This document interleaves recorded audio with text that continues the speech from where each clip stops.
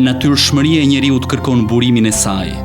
Gjallëria e zemrës varet nga lidhja e saj me besimin. Besimi dhe jeta. Çdo ditë në Radio Spektrum, ora 19:30, vetëm në 96.4 MHz.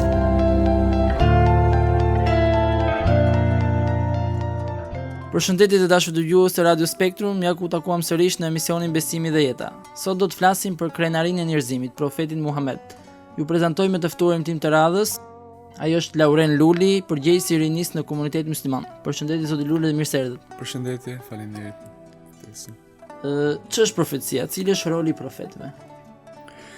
Tani që të flasësh për profecinë, patjetër që është një prej atyre temave të cilat janë themelore dhe jetësore për Islamin, për vetë arsyen se themelet e Islamit faktikisht bazohen qartë në profeci.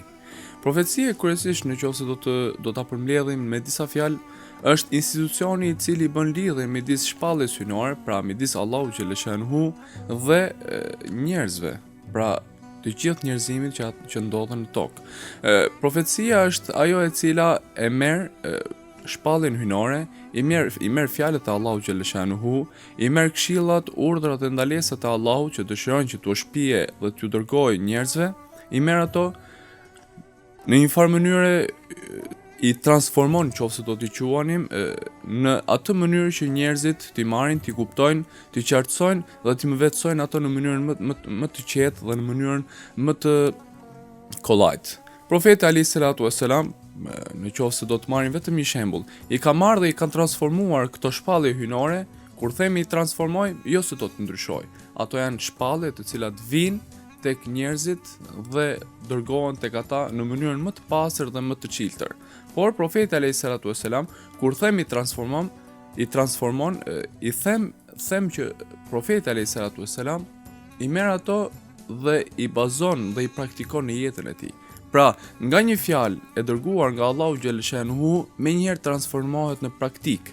Profeti alayhis salatu wassalam i mori shpalljet hyjnore dhe u dërgoi njerëzve në mënyrën më të pastër dhe më të çiltër dhe në mënyrën më të kollajt dhe jo vetëm me fjalë, por me jetën e tij, me praktikën e tij, me fizikun e tij dhe në një farë mënyre duke i praktikuar ato në jetën e tij që njerëzit të shikonin në mënyrën më të qartë shpalljen hyjnore dhe vlerën dhe rëndësinë që kishin këto shpallje, feja, pra në rastin konkret Islami për njerëzimin dhe për lumturinë dhe gëzimin e tyre në këtë botë dhe në botën tjetër. Me të njëjtin mision profetik erdhi dhe ashtu si profetët e tjerë edhe profeti Muhammed. Çfarë ndryshoi me ardhjen e tij? Patjetër, nëse do të flasim për profetin Muhammed alayhis salam, nuk do të thotë se lejmë me një anë dhe nuk përfshijmë edhe profetët e tjerë, sepse profeti Muhammed alayhis salatu wassalam është vula e profecisë, kështu thot Allahu xhaleshanu. Pra është fundi i profecisë, fundi i këtij institucioni, ai pasardhësi apo i zgjedhur i Allahu xhaleshanu i fundit dhe nuk do të ketë më pas tij. Por parasit e tij, dietarët shprehen që ka 10, qindra dhe mijëra profetë që janë dërguar duke filluar nga Ademi alayhis salam e deri tek ai. Dhe të gjithë këta profetë kanë patur një mision të vetëm, një mision të shenjtë dhe kjo ishte thjesht ajo që ne shprehem më lart që t'u shpjente dhe t'u dërgonte njerëzve shpalljen hyjnore, t'u tregonte atyre rrugën e saktë që Allahu xhaleshanuhu u dërgoi atyre me anë të shpalljes. Edhe profeti alayhis salatu wassalam do të shohim që vjen në një kohë, në një periudhë që Allahu xhaleshanuhu në periudha të tilla të vështira i dërgon profetët. Nëse do të hedhim një këndvështrim në historinë e profecisë, në historinë se kur kanë ardhur profetët edhe profetët e tjerë dhe pastaj të vinë tek profeti Muhammed alayhis salam, do të shohim që profeti dërgohet nga Allahu xhaleshanu pikërisht në momentin që është një krizë marramense, një krizë gjithëpërfshirëse për njerëzimin.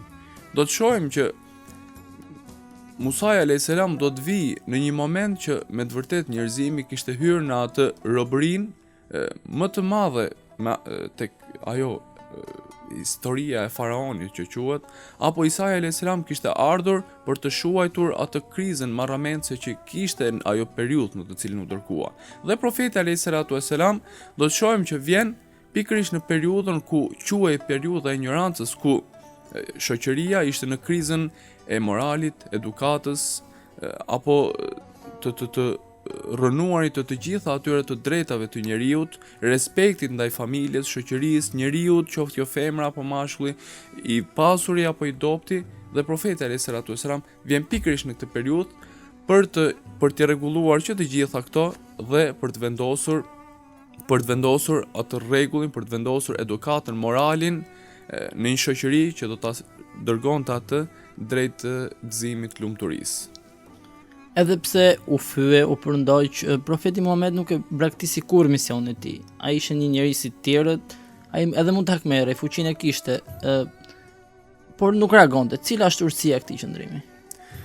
Patjetër, si çdo gjë e re tek njerëzimi, tek shoqëria do të gjejë një reaksion që ndoshta në fillim nuk do ta pranojë atë me lehtësinë e madhe. Ashtu si ne sot një gjë të re, një gjë që nuk e njohim, nuk e pranojmë, ashtu dhe në atë kohë do të shohim për arsye të ndryshme njerëzit në radhë të parë kishte një largim, në qoftë se do ta quajmë, ndaj atyre fjalëve të profetit alayhis salatu wassalam, edhe meqense njerëzit e shprehnin haptasi që o Muhammed, ti me të vërtet për 40 vite me radhë deri para se ti të thoshe që unë jam i dërguar i Allahut, ishe Muhammedul Emin, Muhamedi i besuar, fjalë drejti, dhe asnjëherë nuk e gënjur qoftë edhe për një shaka apo qoftë edhe për një gjë tepër të thjeshtë. Dhe në atë kohë vjen edhe thotë unë jam profet. Dhe njerëzit në atë moment shokohen, si ka mundësi që të vijë diçka e tillë. Patjetër që profecia priteshe, por nuk ishte e thjeshtë për njerëzit që ta pranonin një gjë të tillë, përderisa të vinin ato sahabe të cilët shokët e profetit, të cilët do të thonin në këtë fytyrë nuk ka gënjeshtër, me të vërtetë ky është profet, apo do të vinin edhe sahabe, shokët e profetit të tjerë që do të shkonin, do të futeshin në rrugën për të vrarë profetin alayhis salam, dhe kur shikonin fytyrën e tij, kur të ndjenin dhe të dëgjonin fjalën e tij të ëmbël, do të vinin dhe do të thoshin po ky është profet. Dhe në atë kohë, edhe njerëz të tjerë si Abu Xhejli apo njerëz të tjerë kishin përfitime të ndryshme nga adhurimi i statujave apo nga çështje të tjera, dhe në momentin që ata do të pranonin profetin Muhammed alayhis salam si profet, si të dërguar, atyre do të humbte ky status, do të humbte ky pushtet, do të humbte kjo pasuri, dhe kështu ata i kishin tepër të vështirë që ta pranonin. Por profeti alayhis salatu wassalam me butësinë e tij, me atë që Allahu xhaleshanu i kishte thënë atij që ti je mëshirë, wa ma arsalnaka illa rahmatan lil alamin, dhe nuk të dërguam ne ty o Muhammed vetëm se mëshirë dhe paqe për njerëzimin.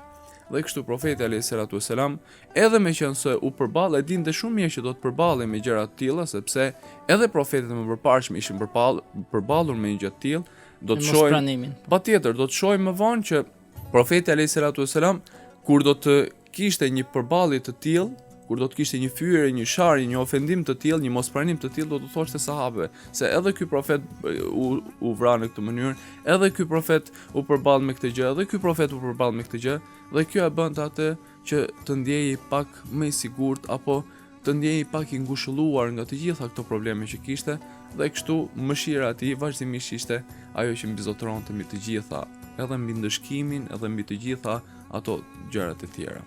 Personaliteti i tij është shumë dimensional, sepse cilësitë e tij janë të rralla dhe kontributi i tij është i jashtëzakonshëm. Por do ishte më interes po të na jepni ndonjë përshkrim të shkurtër rreth figurës së tij morale. Patjetër, nëse do të flitet për moralin, profeti alayhis salatu wassalam është shembulli më perfekt që mund të marri.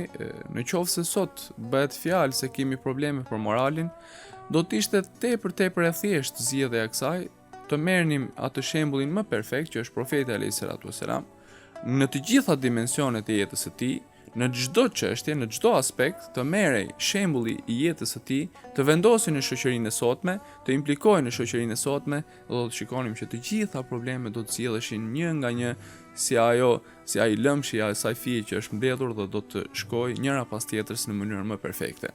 Shikoni profetin alayhis salatu wassalam, megjithmend wa innaka la ala khuluqin azim, me të vërtetë ti je shembulli më i lartë i moralit, thot Allahu xhaleshan për profetin alayhis salam. Për vetë arsyen sepse ai ishte një shembull për njerëzimin. Nëse ai nuk do të ishte me moralin më të mirë, si ka mundësi që të vinte të thoshte Ana bu'ithtu li utammima makarim al-akhlaq, unë jam dërguar që të plotësoj moralin më të mirë.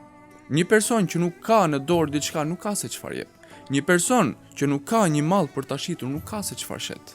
Dhe profeti alayhis salatu wasalam duhet të ishte ai i pari që të ishte me atë moralin, me shembullin e moralit më të mirë, që të shkonte dhe të vendoste edhe moralin, të shpjegonte moralin e mirë njerëzve. Dhe kështu profeti alayhis salatu wasalam i edukuar në mënyrën më të mirëfillt nga Allahu xhaleshanuhu me moralin më të lartë, shikoni në çdo aspekt jetës. Në qoftë do të merrni vetëm atë moralin që kishte ai me shokët e tij, me sjelljen ndaj tyre, do të shikoni që ishte një moral perfekt. Ishte një moral që nuk kishte shok në atë kohë dhe në kohët e tjera. Shokët e nderuar të profetit alayhis salatu wasalam thonë që profeti alayhis salatu wasalam asnjëherë nuk u soll keq me ne. Në gjendjen më të vështirë dhe në gjendjen më të lehtë, në gjendjen që ndoshta edhe në luftë asnjëherë nuk u soll keq me ne, nuk u soll ashpër me ne, por u soll me moralin më të mirë, u soll në mënyrë më perfekte që nuk e kishin parë më parë në askënd tjetër. Dhe kështu pra, me që profeti alayhis salatu wasalam kishte ardhur që të vendoste moralin e mirë, edhe ai duhet të ishte me moralin më të lartë dhe ashtu ishte me të vërtetë. Dhe kështu i bëri ai moral i mirë, ai moral i lartë, rrezatoi edhe tek sahabët e tjerë, do të shikojmë pastaj se si do të zbukurohej Abu Bekri, Omeri, Aliu, Osmani radhiyallahu anhum ejmain dhe sahabët e tjerë. A është profeti Muhammed një profet universal? Në qoftë se do të flitet për profetin alayhis salatu wasalam, ndoshta profetët e tjerë paraardhës të tij ishin dërguar një populli, një shoqërie, një periudhë të caktuar. Do të shohim Musain alayhis salam ishte dërguar popullit të faraonit, asaj shoqërie aty për të zgjidhur problemet dhe pas kësaj kur profeti Musa alayhis salam do të largohej, do të shpërngulej nga kjo jetë, do të shohim pra që do të kishte sërish një kthim mbrapa në krizat e atyre edukatës, moralit dhe largim nga feja të cilën Musa alayhis salam shpjegoi. Mirë, por profeti alayhis salatu wasalam, me që është Khatamun Nebiyin, me që është i fundit i profetëve, me që nuk do të ketë profet të dërguar pas tij, atëherë Muhamedi alayhis salatu wasalam është i detyruar, jo vetëm se është, por është i detyruar që Allahu xhaleshanu atë ta bëjë një profet universal. Pra të jetë një profet, jo vetëm profeti i njerëzve para 1400 vjetësh, jo vetëm profeti i njerëzve në këtë kohë që jetojmë, por duhet të jetë profeti i gjithë njerëzimit, kushdo qoftë ai deri në ditën e gjykimit. Atë ditë kur çdo gjë do të përfundojë. Për vetë arsyen se tashmë është vetëm një derë, tashmë është vetëm një lum apo një burim i cili shërben për të ushqyer njerëzimin. Nuk ka profet tjetër. Dhe ato që profeti alayhis salatu wasalam u dërgoi i solli njerëzimit, ato që Allahu xhaleshanuhu i dërgoi me anë të profetit ton, do të jenë jetësore deri në ditën e gjykimit, ashtu siç janë sot. Shikoni se çfarë ndikimi kanë këto fjalë, çfarë ndikimi ka Islami në atë periudhë ku u dërgua profeti alayhis salatu wasalam, të njëjtën ndikim kanë edhe sot. Ka edhe sot. Shikoni, nuk ka ndryshuar asgjë. A kemi një problem edukati, një problem morali, a kemi një problem ekonomik apo shoqëror apo çfarë do lloj problemi qofshin? Për vetë arsyen, për çfarë? Është e njëjta periudhë si në atë periudhë ku profeti alayhis salatu wasalam vinte dhe u thoshte tek ai problemi i familjes. Nuk ishte një gëzim, nuk ishte një lumturi, nuk ishte një paqe, një harmoni brenda në familje. Pse? Për vetë arsyen se sahabët e nderuar vinë dhe i shpjegonin profetit alayhis salam: "O i dërguar i Allahut, unë kam shkuar dhe e kam groposur vajzën time me duart e mia." Dhe kjo ishte një krizë në atë harmoninë dhe gëzimin. Si ka mundësi që një njeri të bëhet kaq i egër dhe të shkojë fëmijën e tij të vogël të shkojë ta groposi me dorën e tij. Mirë, po kur vjen ky moral i Islamit, kjo edukatë e Islamit me anë të profetit alayhis salatu wasalam, sahabët e nderuar jo vetëm që nuk do të bënin një veprim të tillë, por do të thonë: "O dërguari i Allahut, ne kur ecim rrugës pa dashje, kalojnë miringana përpara nesh dhe ka mundësi, ka raste të tilla që ne shkojmë i shkelin pa dashje. A marrim ne ndonjë ndëshkim nga ky veprim?"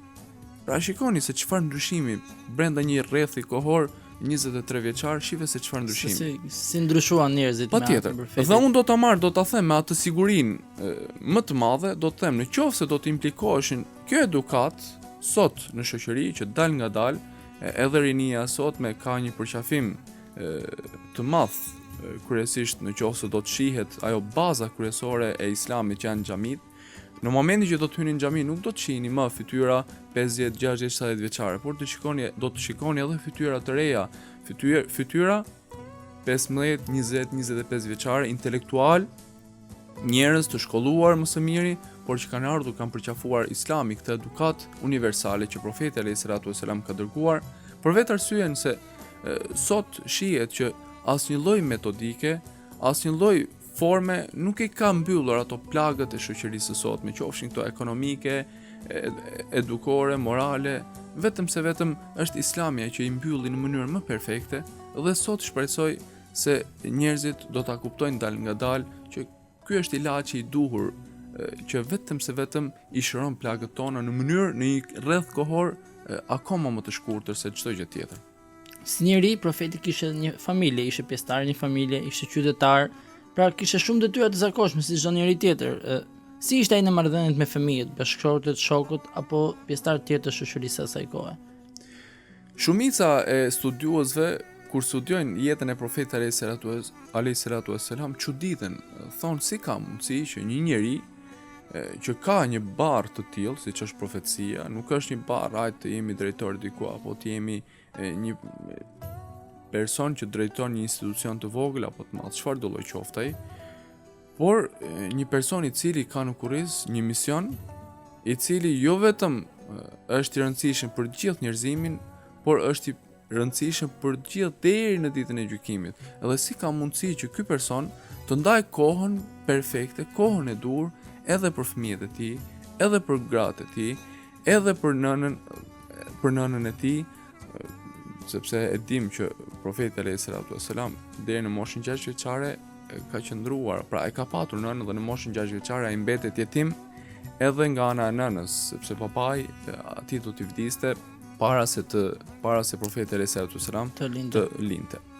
Por që do të shohim që ai veçonte atë kohën e duhur edhe për familjen e tij, edhe për miqtë e tij, dhe për të afërmit e tij, dhe për shokët e tij në mënyrë më perfekte. Ai shumë sa që mbeteshin të kënaqur që të gjithë.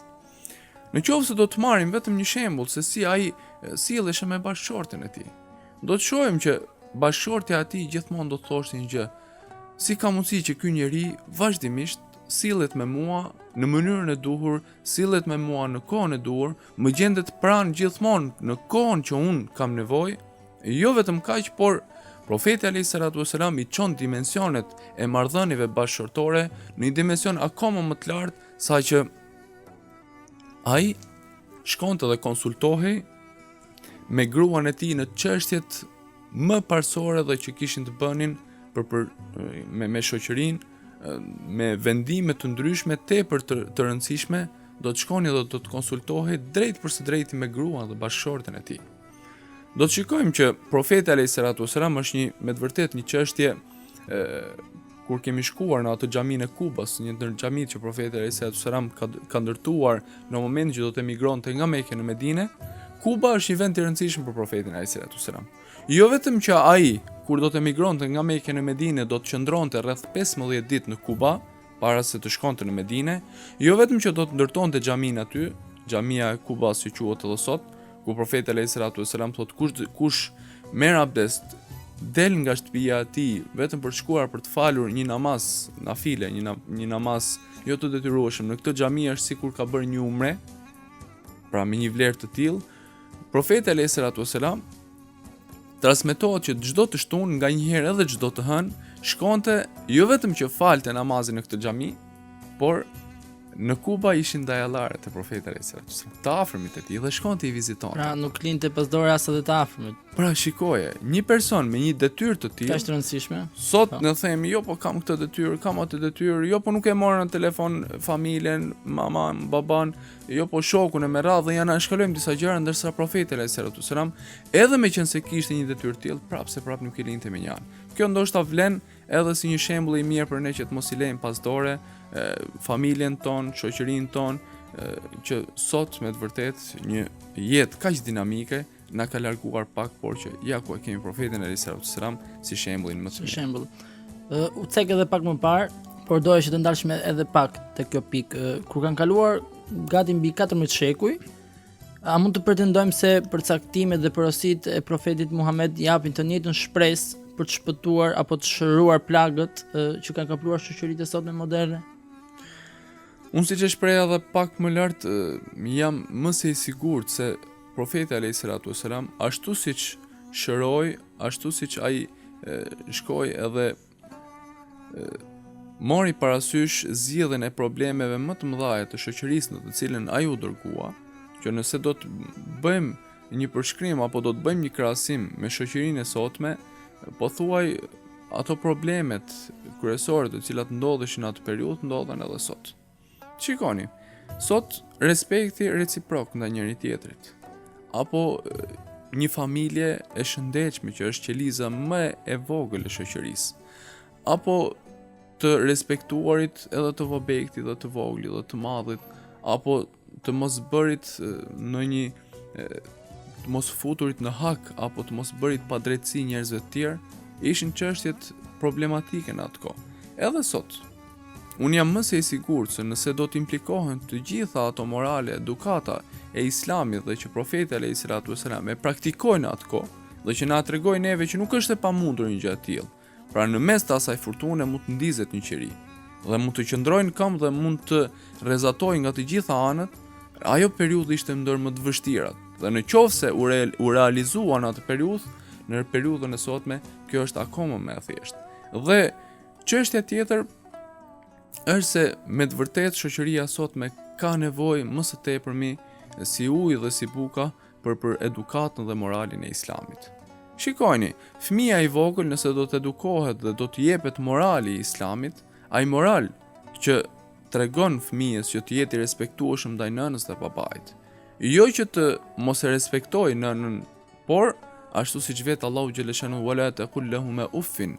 Jo vetëm që të mos e respektosh atë, të mos i përgjigjesh për çdo nevojë dhe çdo kërkesë që ka nëna dhe babai, por Allahu xhaleshanu e sjell në një dimension akoma më të lartë dhe thot as oft mos i thuash asaj.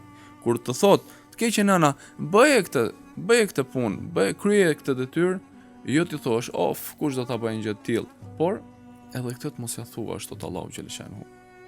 Dhe kjo moral, ky edukat, ky moral, në qoftë se do të implikohet në fëmijët e sotëm, atëherë do të kemi fëmijë të respektueshëm, fëmijë të cilët respektojnë nënën dhe babain, respektojnë gjyshin edhe gjyshen, dhe kur kjo edukat dhe kjo moral do të implikohet në ato marrëdhëniet bashkëshortore, atëherë edhe fëmijët, edhe bashkëshortin, edhe bashkëshorten, edhe gjyshin do t'i fusim në një edukat, në një shoqëri, në atë, siç tham, ajo qeliza më e vogël e shoqërisë do të jetë e shëndetshme, e nëse kjo shoqëri që sot për sot ka me të vërtet problematika të mëdha, do të jetë e shëndetshme, atëherë dhe shoqëria do të jetë e shëndetshme, do të shohim që gëzimi, ajo harmonia, paqja, lumturia në botë do të ishte ajo e cila do të rezultonte, do të kundërmonte kudo dhe nuk do të kishte problemet sot me sot, siç shohim nga të gjitha anët që me të vërtet po bëjmë padrejtësi, luftra, problematike të ndryshme ekonomike, gjeopolitike e me radhë, dhe do të kishim një qetësi nga të gjitha anët, nga të gjitha çështjet e njerëzve sot. Pra ky ishte profeti Muhammed, profeti universal i gjithë njerëzimit, i cili është shembull në të gjitha kohët. Zoti Luli, unë ju falenderoj që ndat me ne këto informacione kaq të rëndësishme edhe për dëgjuesit tanë. Faleminderit edhe juve. Do ta mbyllim me një ilahi për profetin Muhammed, të këngëtuar nga këngëtari Sami Yusuf. Dëgjues Radio Spektrum, bashkë do të dëgjojmë nesër në orën 19:30 vetëm këtu në frekuencën 96.4 MHz.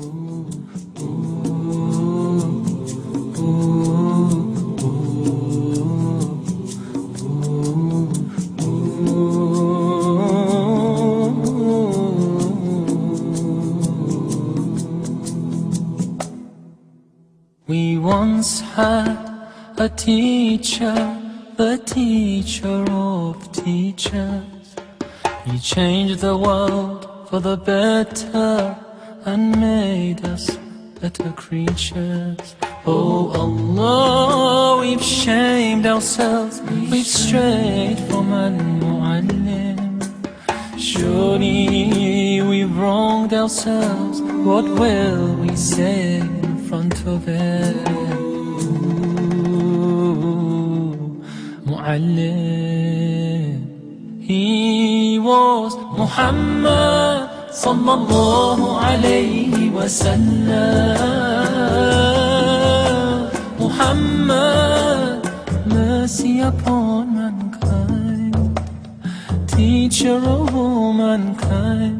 أبا القاسم يا حبيبي يا محمد، يا شفيعي يا محمد، خير خلق الله محمد. يا مصطفى يا إمام المرسلين، يا مصطفى يا شفيع العالمين، يا مصطفى يا إمام المرسلين، يا مصطفى يا شفيع العالمين. He prayed while others slept, while others ate, he'd fast. While they would laugh, he wept until he breathed his last. His only wish was for us to be among the ones who prosper. Ya Mu'allim, peace be upon you, truly you are our teacher. Mu'allim. He was Muhammad sallallahu alayhi wa sallam. Muhammad, mercy upon mankind, teacher of all mankind.